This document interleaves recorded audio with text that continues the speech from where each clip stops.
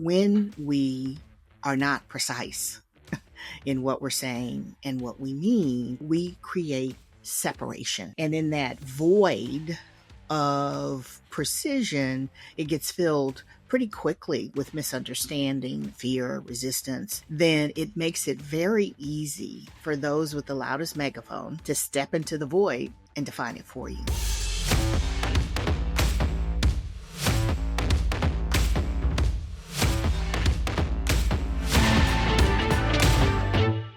Hello and welcome to Building Brand Gravity. I'm Anne Green. I'm a principal and CEO here at the GNS Integrated Marketing Communications Group.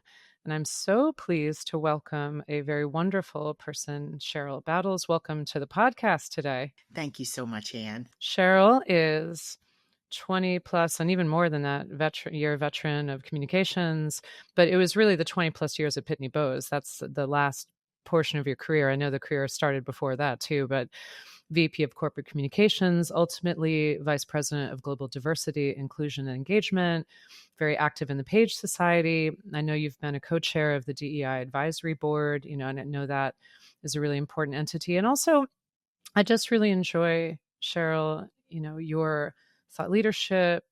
You're a storyteller, you're a strategist, and this is a very important moment to be talking about something that means a lot to me as an organizational leader, which is what do we mean by diversity and equity and inclusion?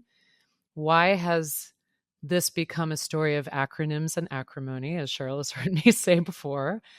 And how do we get here and where do we go from here? So Sheryl, I want to thank you. And I guess to start, where do you see us situated right now? How do you feel we got to this point where it is such a battle over acronyms? And, there's some real serious consequences to what's going on, too, for communicators and clients and organizations all in every sector, really. That's so true, Anne. And certainly I'd be remiss if I didn't start with, we have a mutual admiration society and you're so thoughtful, and to be able to have a conversation at such an important time is a really important opportunity. So I thank you for it. I love alliteration, so that acronyms and acrimony is so appropriate. We can look at how we got here almost from a policy or concept, and we can look at how we got here practically. So more broadly, in the terms of the journey itself, it really started with the founding, and I'm going to be very U.S. centric right now, the founding of the country, when we said we hold these truths to be self-evident, that all men are created equal. And so there's been a journey to say, how do we really make that true? How do we create access and opportunity for all? So there's been a litigation, there's been peaceful civil engagement, there's been state and local and federal legislation, there's been executive orders, et cetera, and that have gotten to us to this point. And we find ourselves, when you think not only about the U.S., but even globally, in a period where things are more fractured. And so suddenly there are questions, and they didn't just pop up. They've been there for a while, but the questioning of it, do we still need to work on this? Is this really important? Who does this really benefit? Those are the questions that are coming up conceptually. Practically, I think it's a combination of the perspective of the concept itself and the language. And we, as communicators, of course, know how important language is in shaping and perpetuating perspective. So, using acronyms, acronyms are shorthand that presume a common understanding and experience. Think about, say, an ATM or a cash dispenser, right? They were introduced in the late 60s. And now if I say, I got to go to the ATM to get some money, you go, okay, you get it. You've had a common experience. Contrast that with DEI. There's not any common experience associated with that acronym, or even with the individual terms, whether it's diversity, equity, or inclusion. The meaning is very specific, tied to the organization and the individual and the context. The acrimony is coming in from the perspective. Perspective is personal. So there's passion around the concept. And so it's based on what you think it means or how that acronym or those words make you feel. Then there's definitely this reflex, if you will.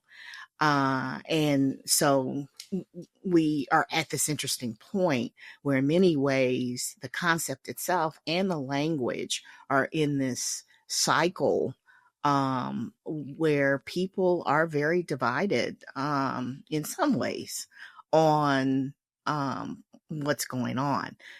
There's been research recently that shows that when you explain what's underneath, that there's actually a lot of agreement. So the language itself has become the lightning rod. It's so interesting. I'm really glad you started with a historical lens, Cheryl, because, the whole phrase of, those who don't understand history are doomed to repeat it. I'm probably bastardizing the phrase, but it's an interesting thing to say we've got to go back and root ourselves in how these issues have evolved over time, and also to say, where have things been better or worse? I don't even think those words work very well because it's not linear. But the fact that we have to situate ourselves in different parts of history to sort of understand what the progress is or not.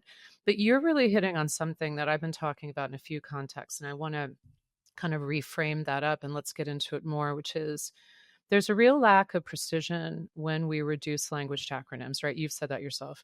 And I've been watching this not just with DEI, but also ESG, which, we know is environment, social governance, relative to a whole big giant set of structures and needs and goals that organizations are dealing with. And I'm lucky to have a lot of colleagues internationally talking about, well, how is ESG seen in Europe or Asia versus the US? But it's become polarized here as well.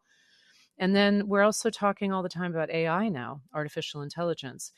AI means, as an acronym, and even as a full phrase, means so many different things. And yet we reduce it to these two letters as if that means something, as if it holds meaning. So, as a communications expert and a strategist who's worked across, different sectors and worked with so many people internally and externally across your career, what kind of disservice do we do when we don't fully unpack these acronyms and when we rely on them too much as sort of an easy shorthand? What happens to us in those cases? I think you hit on a really important point. I think we do a tremendous disservice. And again, don't have the right quote exactly, but Martin Luther King had this quote about that basically said, people hate because they fear because they don't know because they cannot communicate, and they cannot communicate because they're separated. And so when we are not precise in what we're saying and what we mean, we create separation about, well, wait a minute, what are you talking about? Who does it benefit? And in that void of precision, it gets filled pretty quickly with misunderstanding, uncertainty, fear, resistance. So when you bandy those terms around without providing definition and context, then it makes it very easy for those with the loudest megaphone to step into the void and define it for you. And that's what's happening when you think about all the terms associated with diversity and inclusion. And it doesn't matter whether whoever is defining it from experience or reality. It's just that they are defining it. And that's what's going on. And those definitions tend to be very narrow. And so the this lack leaves too many questions about what we're actually doing, why we're actually doing it, who actually benefits. Um, and that's especially harmful for a topic like diversity. In my over, and I'll take the 20 years in my over. You're like, I know. I was like, your career's been a bit longer than that, as has mine, Yeah. frankly. And 40 years or so of experience as a speechwriter, financial and investor comms, executive comms for COOs and CFOs, etc. The most difficult topic to communicate about is diversity. And the issue is because no one listens. So if you are like, yeah, of course, diversity is great. We need it, helps this, it does this. When you hear the word or any term that you associated with it, you stop listening because you're like, you know what? I've heard it before. So I don't need to keep listening.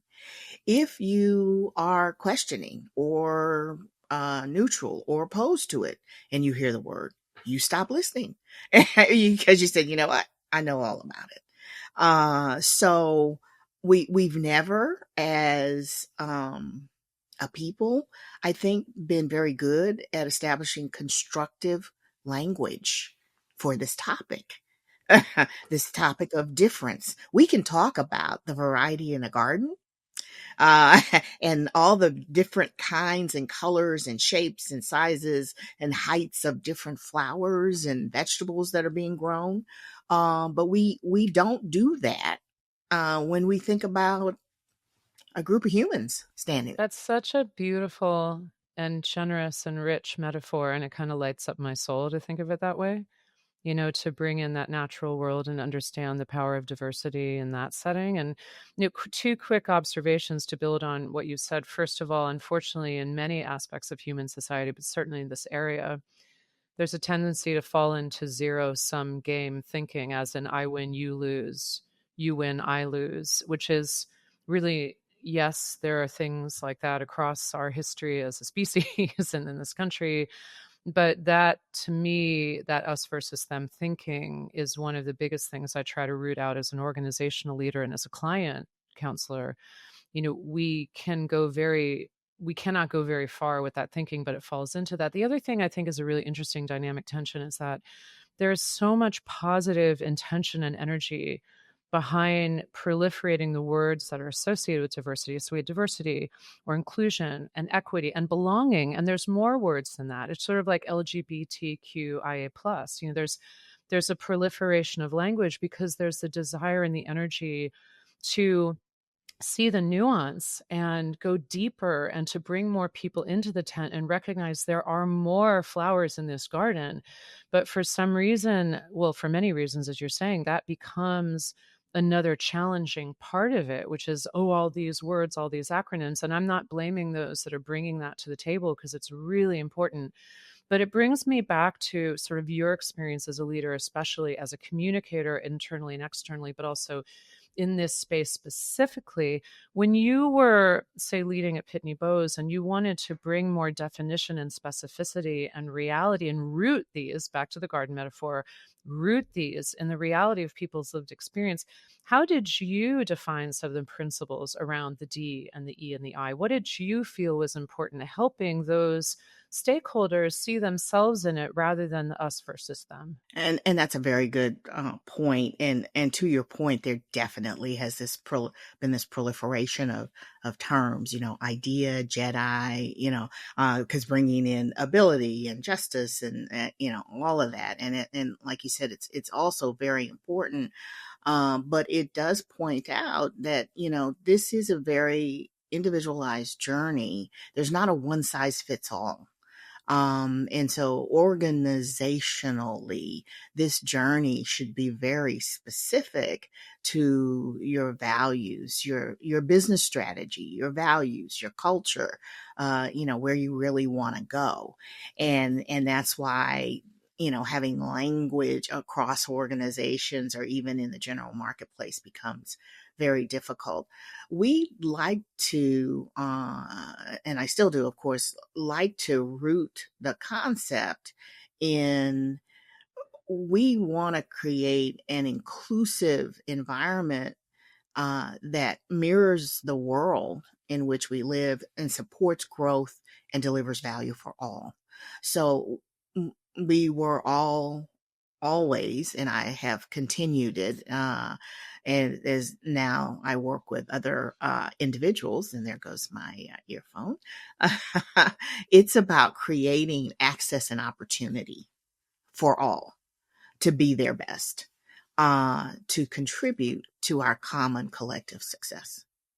So I always try to use language that talked about the benefits as it related to our collective and individual success. And the concept that this is building a better team. This is enabling us to do a better job of bringing value to our multiple stakeholders. This is a workplace and a marketplace impact. And that was the other thing. So that if we create this environment where you feel you can be your best, you can be who you are free and safe to speak up, to share your ideas, to push back. You start contributing those things that make you who you are. When we combine what everyone brings, then we come up with a better outcome collectively on behalf of our client or our shareholders or the communities in which we live and operate than if we were doing that singularly. So it was always about winning for all by unleashing the best in each. That resonates for me so much. I've been searching and continue to, as do my other leaders, for the language that makes it real and tangible for people and present and opens possibility rather than feels like it closes something off or, again, that us versus them. And one of the things I try to articulate is that when we build more trust within the organization, and there's many ways to build trust, there's many things that interrupt trust, then we can fly. We remove frictions, whether that friction is bias might be at play and I don't know why my manager is speaking to me this way. And I wonder, that kind of feeling of being gaslit or maybe a microaggression, or maybe is this related to race? Is it related to gender? Is there something here? It could also be work styles. It could be age differences. It could be geographic differences, or it could be just personality. There's so many things that can interrupt or create that sense of, oh, I can't speak now. Like, I don't know if I'm in a place that can speak. So I love what you're saying about trying to root it in both how the workplace becomes better, but then how the market impact becomes better. And I've heard you say before that idea of being crystal clear, like trying to be crystal clear in the moment. Are there any stories or examples that come to mind of where a clarity of language helped to bring greater understanding, or examples that, people who may be listening would relate to that you've seen in the past? Storytelling, personal storytelling, often illuminates in a way that other things don't. And so I've seen an individual example with we were having a conversation in a group, and there was an employee and their manager was in the meeting, and this person was explaining that the way they grew up, in their personal culture, there was a great reverence for authority and elders. And one of the ways you demonstrated that was by always letting them speak first, and even, kind of not necessarily looking at them directly. And her manager said, and she was younger, and her manager, who was an older male, said, "Oh, is that what you're doing? Because I was always a little insulted and felt that you were not listening to me because you never looked at me You averted your eyes. You didn't speak up. And she said, oh, no, no. Right. And so it was this aha moment where they were both like, okay. And if she hadn't shared about her culture, they would have never gotten to that point because they were both a little concerned about their relationship and about the other. And, those are the kinds of individual conversations that I've seen had on a broader level. A couple, it feels like so long ago, but I guess it was in 2023 when the Supreme Court ruled on affirmative action in the academic environment. What I said to our C suite maybe a month or two before the ruling actually came out, no matter what is ruled, it's going to have a long term impact. And I think we've got to get in front of it just to, and it gets back to your comment about history, just to kind of remind our employees our history with this topic, and the why we do it, and actually what we do. Because what that ruling is going to raise will be questions about what you do and how you're doing it and why you're doing it and how do you measure it. And so literally, I did a little internal tour, if you will, and said to every member of the C suite, I'd love to get in front of your leadership team and just make it a regularly scheduled meeting, or it could be a special meeting, however you want to handle it, and however you want to define your leadership team. And then I just had and I started that again, probably about a month or two before the ruling came down. We continued, as we went through the whole team, but got great feedback about how helpful that was, because it's like, yeah, I'm hearing so much in the news, or I'm having this kind of discussion. Yeah, you're right. I remember our history, or I didn't know that piece of our history. I'm glad you said that. I'm glad this is what we're actually doing. So being able to actually be very clear is important to ground everyone uh, in this is what's going on, and this is why it matters. I love that intentionality around let's talk about it. Let's get past headlines that may or may not be helpful. And that's even ramped up now with the way the news cycle moves with social media, with AI's impact on it. We're seeing in live time right now, we're taping this in the middle of June, and there's so much now going on where there's a lot of coverage of things in social media that's being pulled into AI, and it's giving a very interesting skewed view of various news stories that are really hot in the news right now. So we're in a strange information environment. So as communications counselors, we're especially, keen to watch those trends. But I think this idea of stepping back and saying, let's get beyond the headlines and let's get into, my interest is getting into a world of both and, meaning we can ensure that the best people have the job, and we can also lean into diversifying the representation across all dimensions. We can do both of those things. We can do it with intentionality, and we can explore how difference is a superpower, and we can explore how difference helps us to misunderstand each other at times, and we can have heart for each other. We can do all of these things, and we can still follow the law too as the law evolves. And I hope that the law remains in a camp that I would consider to be fair and just. That's laws don't always follow that. So that's another thing as a leader we have to look at. But one of the letters in this acronym, the E, equity, it seems like it's particularly tricky topic. And I love your point of view on this. I know that I heard the CEO of SHRM, the large HR organization, wonderful organization. He is an incredible individual, incredible leader.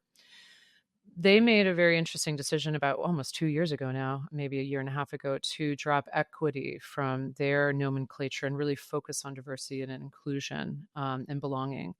And he talked about it, about why diversity and inclusion were the areas, and recognizing, I think, the heat around the word equity. But you know this is a big topic, Cheryl, but from your perspective, how do you help people understand why the concept of equity is more challenging, and how do you try to root that topic a little bit more deeply so people can feel more connected to it and not alienated by it? It is tough because in some ways, um, some it will strike some as counter to the concept of a meritocracy.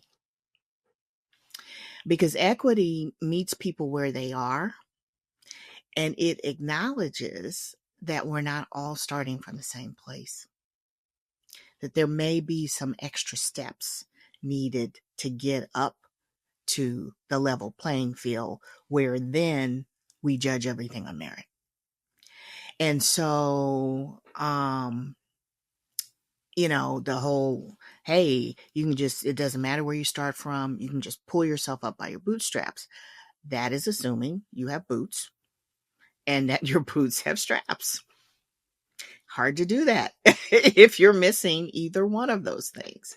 So I love, I'm sure you've seen that cartoon or illustration of a fence, and let's say the fence is 6 feet, and you have people, one who's like 5.5 feet, one who's 4.5 feet, one who's 3.5 feet. Well, equality is you give everybody a 1-foot bench. That's great. Everybody got the exact same thing, but only one person can see over.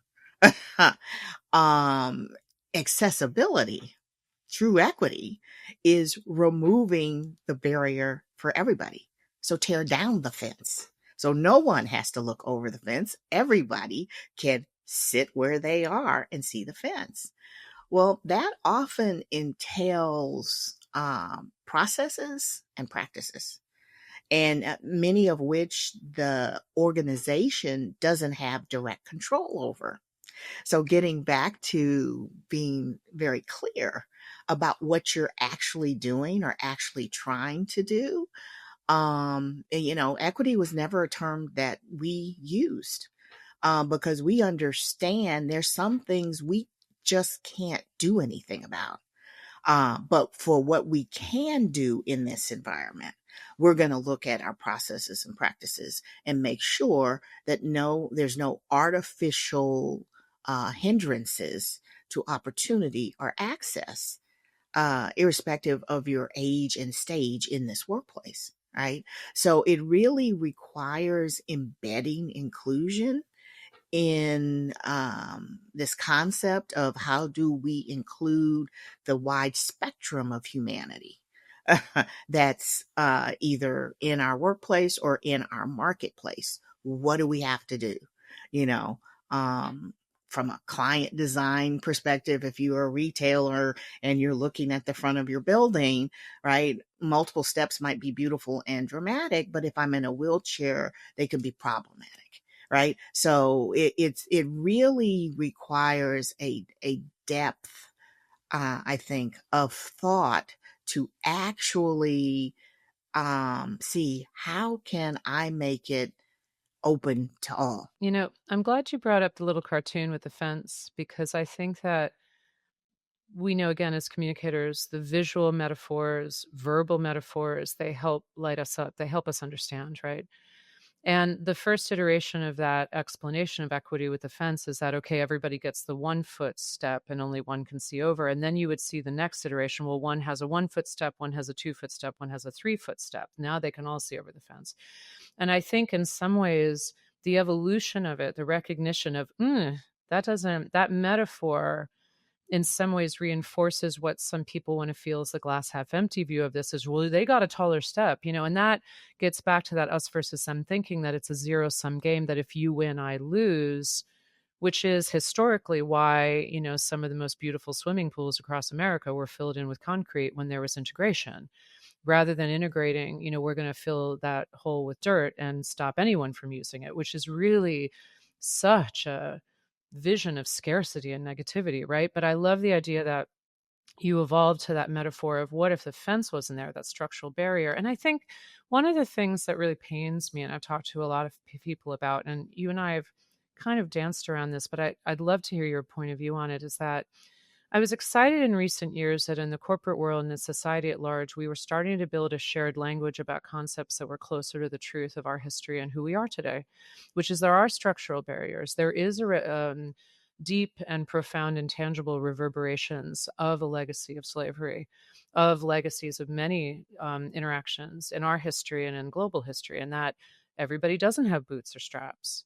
You know, my dad, who I love his memory, was such an amazing person, but he was definitely the Horatio Alger pull yourself up by your bootstraps. And still, he moved to a community that was really still grappling with that structural racism and structural barriers, and started volunteering in the schools and saw these incredible bright children and came to the very shocking and painful realization that they did not have the same opportunity. There would face barriers, right? So that's that kind of human forward, heart open realization that can strike you and really change the course of your life, which it did for him. So my question is, we started to build this shared language in a corporate space, in a societal space, and I feel the energy now is stripping that back, that we're losing some of that shared language about all the different ways in which people experience these things. You know, what are your thoughts on that, and how do we retain some of this understanding we started to build? How do we lean into it and keep it going? Yeah, that's a really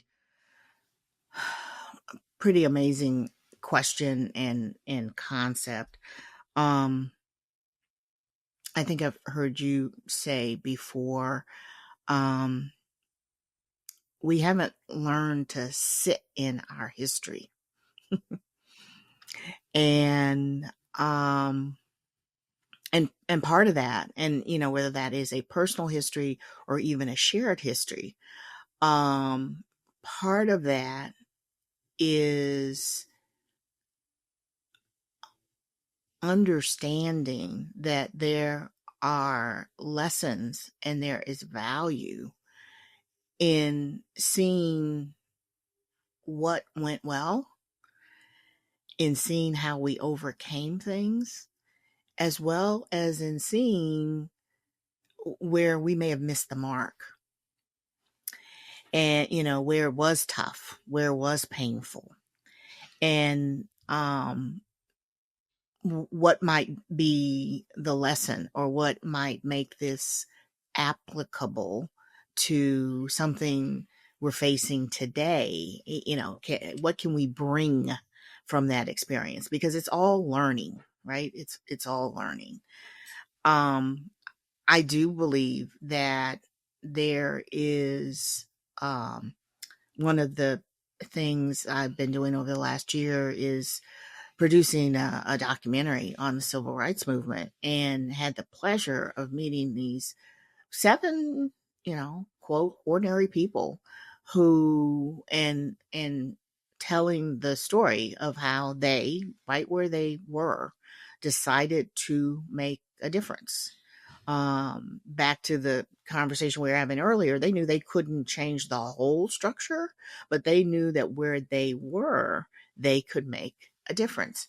And to a person, and they're all in their 90s to their, the youngest person is in his, a minister in his early 60s. And when I told him he was the youngest person in the film, he started laughing. He said, "Oh my gosh." Hey, 60 is the new 30, maybe. I don't know. There you go. But to a person, they said, we just don't do well in telling our history. Hmm.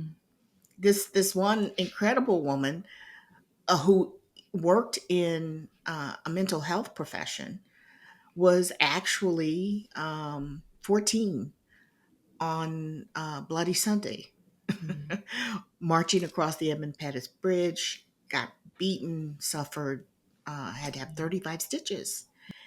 And she said it was only relatively a short time ago before she realized she was still traumatized by it, and that, and she didn't talk about it. And her sister said, you've got to tell your story. So now she's written a book, and she speaks to audiences about it. And I mean, just very, it is hard work.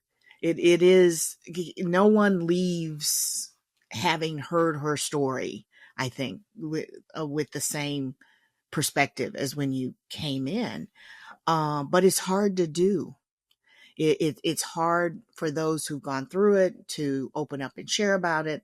And it's hard for those to listen and say, well, what am I supposed to do with it?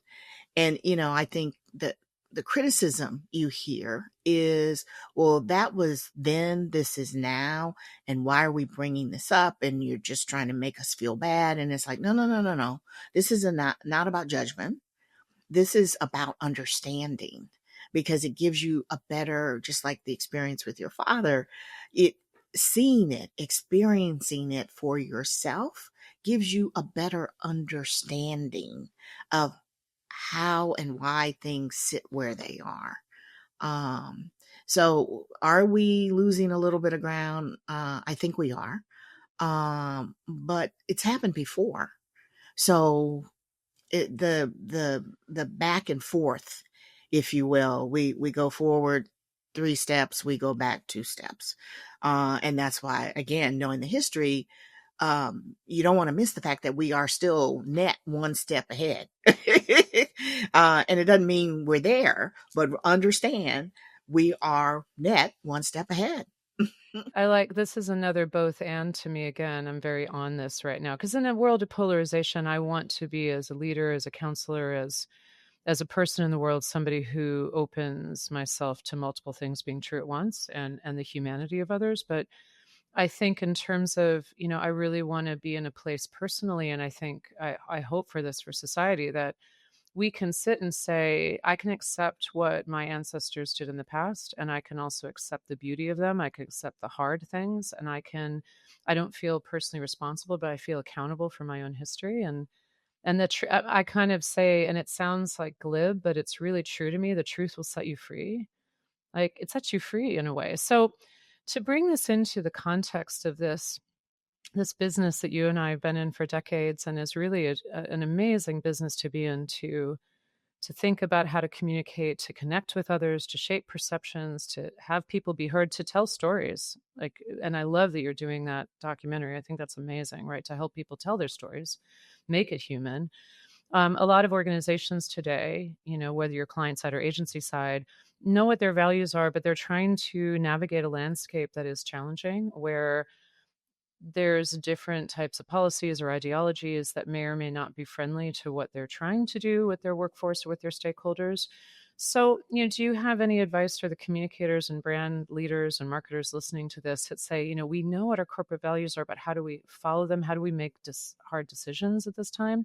Because I know for us personally, we're just trying to, like you said, root these concepts in the reality of why it helps the business, why it helps our community, why it helps our clients, make it real, make it tangible, get beyond the acronyms, talk about context. Like, that's what we're trying to do here. What are your pieces of advice for those who may be listening? I think you're spot on. I think first we need to have a very clear-eyed understanding of where we are.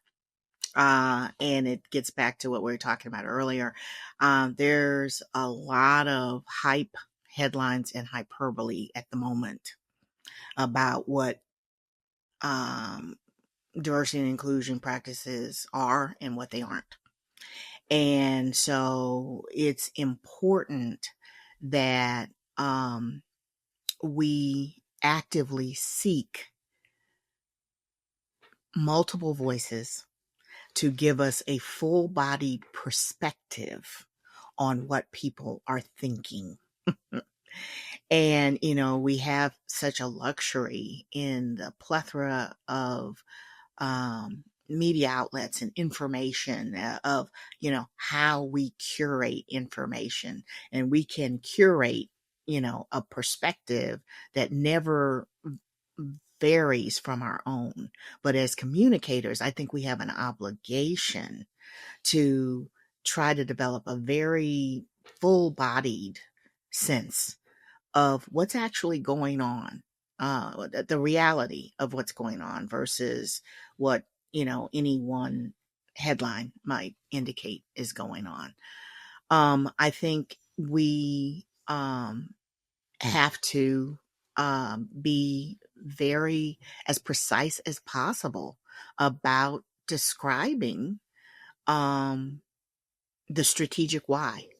Why are we doing what we're doing? How does it benefit the business? How does it benefit the organization? And what will it look like as we implement it? And what's the impact on me? Right? Everybody's always interested in the WIFM. And when What's in it for often, me? Yep. right? Yes, what's in it for me? Of course, I use the acronym after talking about, you Acronyms really are shouldn't very, use we love acronym. acronyms. The business world loves acronyms. Right. Uh, so, but that's what draws your attention to any piece of content, anything that someone's trying to communicate to you. You're listening for what does it mean for me?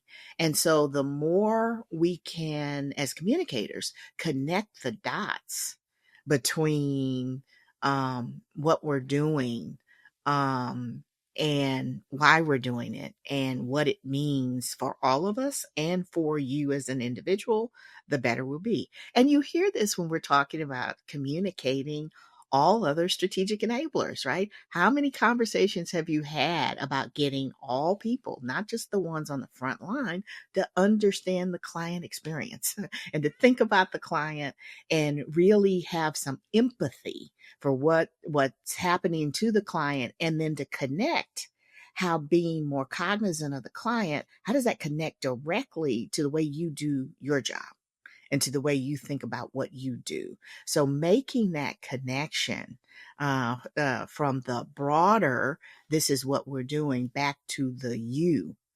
How does it impact you and how can you make a difference? I think is really key for communicators at this point in time. And then that whole aligning the performance with promise.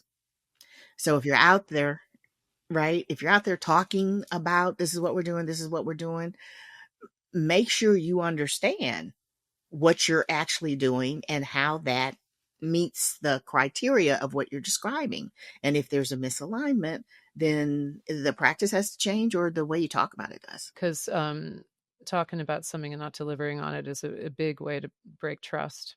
Um, I love that. That's great pieces of advice. The only one I'd layer on is remembering our people and our stakeholders are not a monolith. They have multitudes in them, and there's different way to connect, but getting that benefit and making it very real to say, why are you doing this? What's the context? So this has been such a great conversation. I always love to end. This is called Building Brand Gravity. So I always love to know what has you in its gravity. I know your documentary, I'm sure does, that you're producing, but anything else, Sheryl, that you're excited about right now that you've been watching or listening to or following that our listeners should know?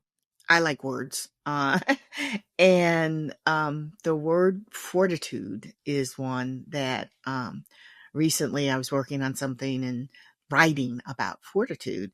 And this concept of pressing forward in the face of complexity or uncertainty, adversity, or challenge, and just persevering. Um, and what comes from that, um, I I'm kind of fascinated by that. Because I think, now is the time. And if I again had to pull out another quote, or the essence of a quote, Dr. King talked about, it's really not about where we find ourselves in times of comfort and convenience, but where do we find ourselves in times of challenge and controversy? And if there's ever been a time in our lifetime of challenge and controversy, this is it. And so where are we? and making sure that we find ourselves. That's my prayer. Faith is my other grounder, if you will. I want to be found in the right place, doing the right things in these times. I love that fortitude. It's a great word too. It has a lot of heft to it. Well, Sheryl Battles, thank you so much. I thank all our listeners for joining us for Building Brand Gravity. Share, like, comment, let us know what you like here, and recommend other topics. But thank you for listening today, and thank you, Sheryl. Thank you, Anne. This is great.